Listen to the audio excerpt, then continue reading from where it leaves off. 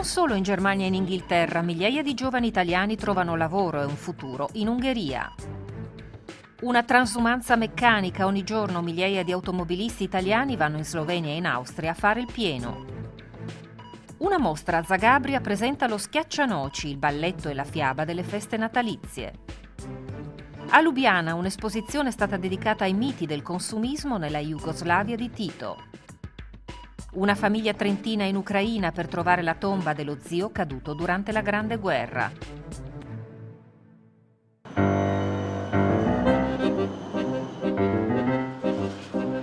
In Ungheria c'è lavoro, persino troppo. Dalle parti di Budapest si cerca manodopera anche qualificata. Le grandi aziende che operano nel paese stanno riscontrando sempre più difficoltà a reperire lavoratori adatti alle loro esigenze. Ne sa qualcosa Judith Grazer, professionista della ricerca di personale. Le cause prima di tutto sono che molti ungheresi si sono trasferiti all'estero, cercano là una carriera professionale, sicuramente anche per motivi finanziari, quindi è noto che nei paesi occidentali ovviamente il livello dei salari è molto più alto. Così, per un paese che può vantare un tasso di disoccupazione piuttosto basso, il 7,5%, il problema è da una parte trattenere gli ungheresi, dall'altra trarre lavoratori dall'estero. Ed è per questo che i salari sono in rapida crescita. A differenza di qualche anno fa, uno stipendio di uno straniero a Budapest difficilmente va sotto l'equivalente di 800 euro. Lo sanno bene le numerose multinazionali che qui si sono trasferite per aprire centri di servizi condivisi, dove rispondono in un'unica sede alle esigenze aziendali in tutta Europa. Queste grandi imprese hanno bisogno anche di risorse umane che parlino altre lingue. Pare che non sia così difficile trovare giovani italiani, molti dei quali laureati e senza prospettive nel nostro paese. Nel 2015 si è trasferito in Ungheria un terzo di connazionali in più rispetto all'anno precedente. Meglio uno stipendio modesto, ma in un paese economico, lavorando in una multinazionale che dà prospettive di carriera, piuttosto che uno stage mal retribuito in una grande e cara città italiana. Questo è stato anche il ragionamento della marchigiana Maria Grazia Napoli, addetta al settore comunicazione dell'IBM, ora a Budapest dopo un'esperienza in Bulgaria. Ho trovato l'opportunità di essere indipendente, quindi riuscire a vivere con il mio solo stipendio, riuscire a cambiare lavoro nel momento in cui sento il bisogno di una crescita, e ho trovato l'opportunità di avere una vita più piena. E poi c'è la storia del partenopeo Michele Colangelo. Dopo 3 diverse esperienze lavorative ha intrapreso, a 4 anni dal suo sbarco in Ungheria, un'iniziativa imprenditoriale con una socia francese, un locale dove oltre a bere e mangiare si può imparare a usare una stampante 3D. A lui abbiamo chiesto la differenza tra l'emigrazione di giovani italiani e quella di giovani ungheresi. Gli ungheresi vanno via ma poi tornano. In generale è questo il discorso. Quello che io ho visto anche io ho molti amici ungheresi e frequento molto la comunità internazionale. Vedo che gli ungheresi in realtà non sanno propriamente quello che hanno in questo momento in questa città e in genere nel paese, che è un paese comunque in boom e in sviluppo, in cui molte idee dal punto di vista tecnologico e innovativo stanno girando. Michele viaggia spesso tra Budapest e Napoli, dove tra i soci di una start-up è solo un altro esponente di quella corposa generazione nata negli anni '80 che ovunque in Europa si sente in qualche modo a casa.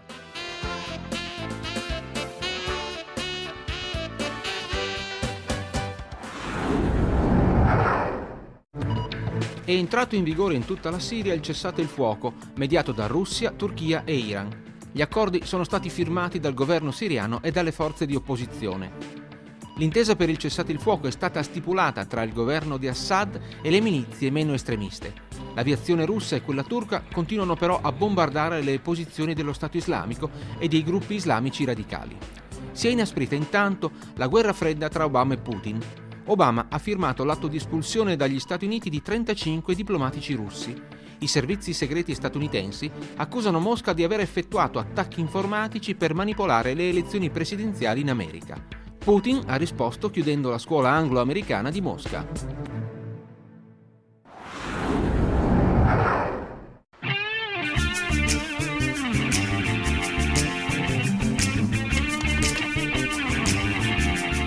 Desio, 7 km a sud dall'Austria e 10 a ovest dalla Slovenia. Vive dell'economia di confine che nell'Europa unita continua a significare sistemi fiscali e di tassazione disomogenei tra un paese e l'altro, che gravano infine sui prezzi al dettaglio.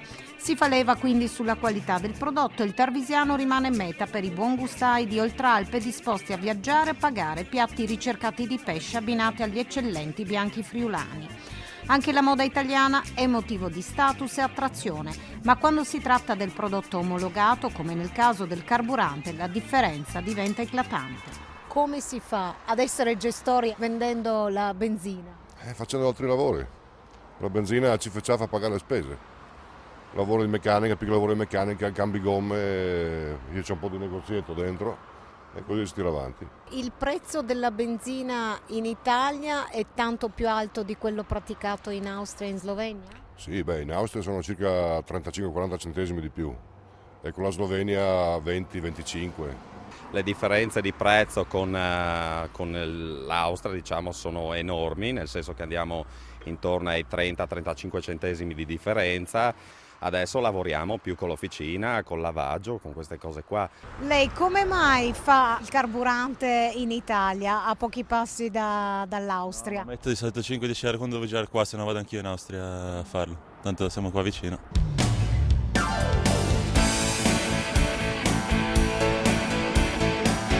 I prezzi del carburante in Austria gravano meno accise, ma sono stati anche liberalizzati, tanto che ogni compagnia li fissa quotidianamente alle 12, l'ora in cui fare il pieno di diesel o della super in Austria costa di più, perché dopo le 12 ogni singolo distributore può abbassare il prezzo, confrontando i prezzi praticati dalla concorrenza. Una guerra di centesimi e millesimi di euro che si protrae fino alle ore 12 del giorno dopo e che rimane preclusa alle telecamere. E intanto, tra i distributori tradizionali si fanno sempre più strada i punti di ricarica delle auto elettriche.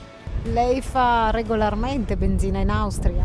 Appena possiamo venire qui in Austria sicuramente ci faremo a fare benzina, facciamo su un pieno, insomma sono sui 15 euro. E ha capito anche come funzionano le tariffe in Austria?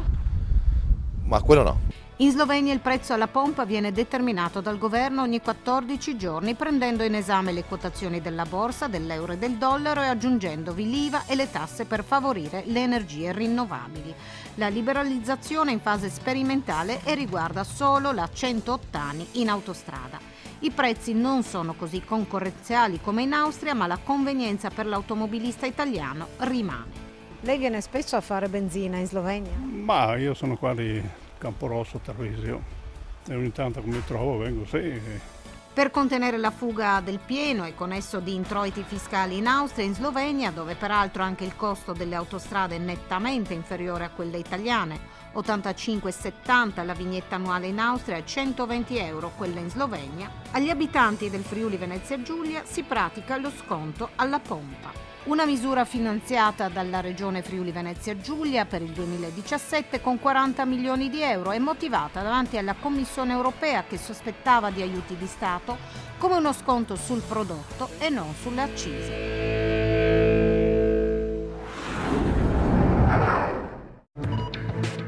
Grande commozione e cordoglio in tutto il mondo per l'incidente aereo in cui sono morti i componenti del celebre coro dell'Armata Rossa, l'equipaggio, alcuni giornalisti e cameraman, nonché l'attivista umanitaria Elisaveta Glinka. In tutto 92 le vittime. L'analisi preliminare dei dati contenuti nella scatola nera del Tupolev, precipitato nel Mar Nero subito dopo il decollo da Sochi, sembrerebbe indicare in un errore umano la causa del disastro. Il coro Alexandrov, più noto come coro dell'Armata Rossa, doveva esibirsi in una serie di concerti per le truppe russe di stanza in Siria. Il coro fu creato nel 1928 sotto la direzione di Alexander Alexandrov, il compositore dell'inno sovietico poi adottato anche dalla Russia.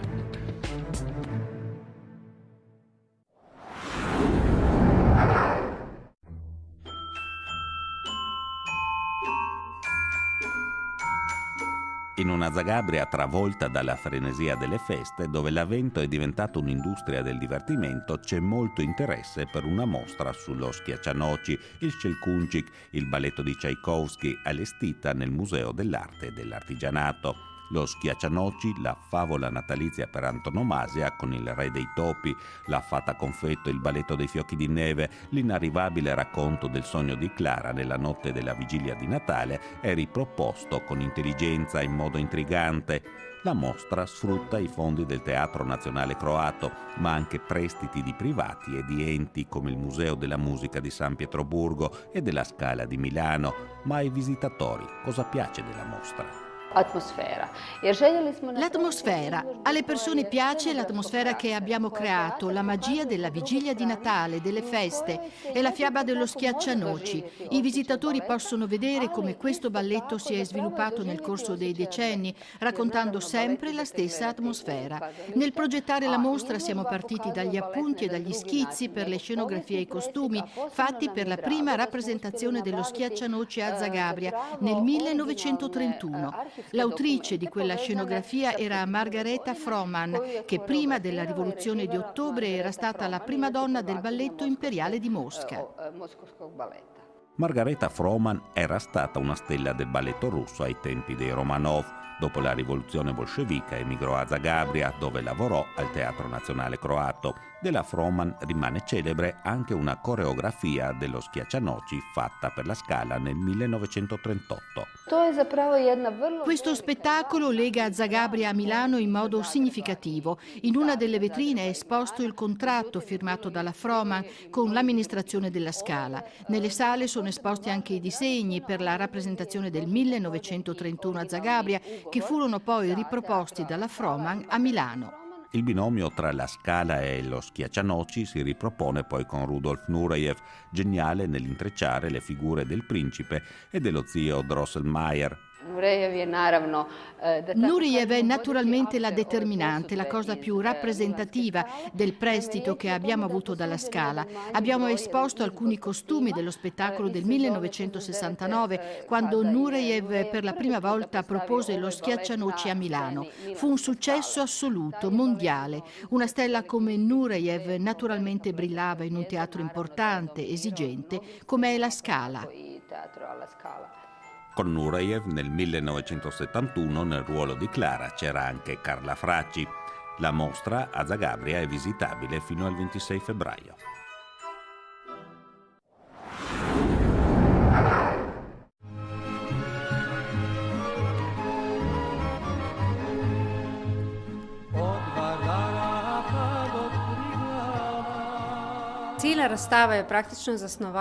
Abbiamo raccolto gli oggetti che raccontano una storia, in realtà la storia, quella dell'ex Jugoslavia di un tempo ormai passato, dell'ex Repubblica Socialista. Nelle nostre case abbiamo molte cose che ci legano a quei ricordi, per questo abbiamo cercato di coinvolgere il pubblico, chiedendo alla gente di condividere con il nostro museo e con i visitatori una parte dei loro percorsi, dei loro ricordi, delle loro esperienze. Dalle borossanche, le scarpe indossate dalle cameriere nei ristoranti, ma anche dalle hostess sugli aerei, alle copertine dei dischi, dei gruppi che hanno segnato un'epoca. E poi i giochi, i giocattoli, l'arredamento, gli utensili che venivano adoperati in tutte le repubbliche dell'ex Jugoslavia. Nicolim Nibilobolie, mai stati meglio? Il quesito, ma anche il titolo della mostra itinerante visitabile fino al giugno 2017 al Museo della Storia Contemporanea di Lubiana, una mostra già esposta a Belgrado e Sarajevo, un bagno di nostalgia per chi quell'epoca l'ha vissuta e ne ricorda con piacere i momenti più salienti, una lezione di un passato che accomunò le vite di diverse generazioni di un paese che non c'è più per chi è nato dopo. Siamo fieri dell'intera collezione, di tutto ciò che ci racconta qualche frammento del nostro passato e della storia della Jugoslavia socialista, dai giocattoli della prima infanzia fino agli sci che segnano la dedizione allo sport e all'attività fisica, ma anche la vita, le abitudini, il modello della prima roulotte fabbricata in Slovenia negli anni 70, la motocicletta Tomos del 1980, poi la cucina che accomunava la vita di tutti. Il percorso espositivo racconta anche le molte festività, quella della Liberazione, la festa della Repubblica, poi il 25 maggio, il compleanno di Tito, festa della gioventù con i giovani pionieri protagonisti delle celebrazioni. Le tappe successive si soffermano sulla costruzione della nazione, del sentire comune, certo, ma anche dell'edificazione vera e propria, delle città, delle strade, il coinvolgimento delle brigate del lavoro, gli studenti provenienti da tutto il paese che per alcune settimane lavoravano fianco a fianco. Poi arriva il momento delle vacanze, dei viaggi, dell'orgoglio, dei Giochi Olimpici di Sarajevo. Era il 1984. Lo sguardo in seguito puntato sempre più oltre cortina, alle mode ai costumi, lo shopping a Trieste, per molti un must che anche la mostra cerca di raccontare, i pellegrinaggi consumistici a Ovest, dove oltre ai caffè, ai jeans, alle scarpe, alle calze, anche la bambola diventava un oggetto di culto non soltanto per i bambini. La bambola era il simbolo della vita borghese, veniva posizionata al centro del letto, un oggetto di lusso inutile da mostrare, esporre, che bisognava avere solo perché è bello. E poi il Monopoli jugoslavo, l'oggetto conclusivo del percorso e forse il simbolo del materialismo. Ci sono le isole della Dalmazia, i laghi Bled e Bohin, il Kalemegdan di Belgrado, tutti assieme perché all'epoca rappresentavano le ricchezze di un unico paese.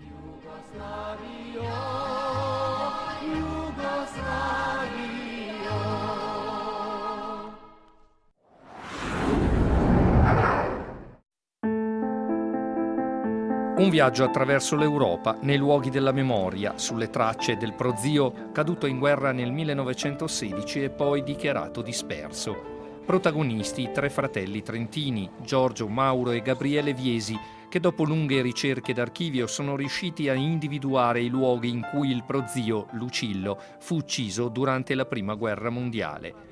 Tanto è bastato per partire alla volta dell'Ucraina, un viaggio dettato dal profondo dell'animo, dalla necessità di riannodare i fili della storia. L'idea è nata perché abbiamo avuto la fortuna di convivere con il nonno, che pure sul fronte orientale la guerra l'aveva fatta.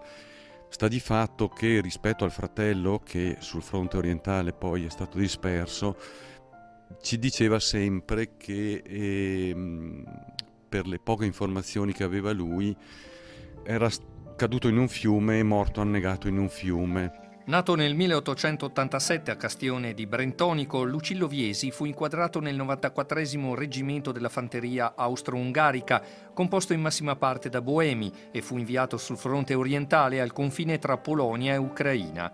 Durante l'offensiva di Brusilov, che all'esercito austro-ungarico costò centinaia di migliaia di perdite fra morti, feriti e prigionieri, l'11 giugno del 1916 cadde nella battaglia di Lutsk. C'era sto fiume, da una parte c'erano i russi, dall'altra parte gli austro-ungarici, e lì se le sono suonate di santa ragione, dove molti soldati riposano tuttora sotto il terreno, qualcheduno anche dentro il fiume stesso.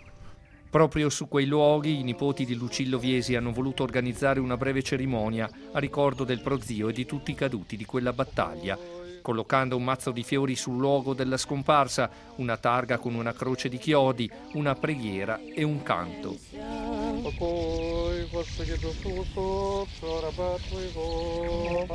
La visita sui luoghi della memoria ha destato grande interesse. Un giornale locale ha addirittura pubblicato la notizia in prima pagina.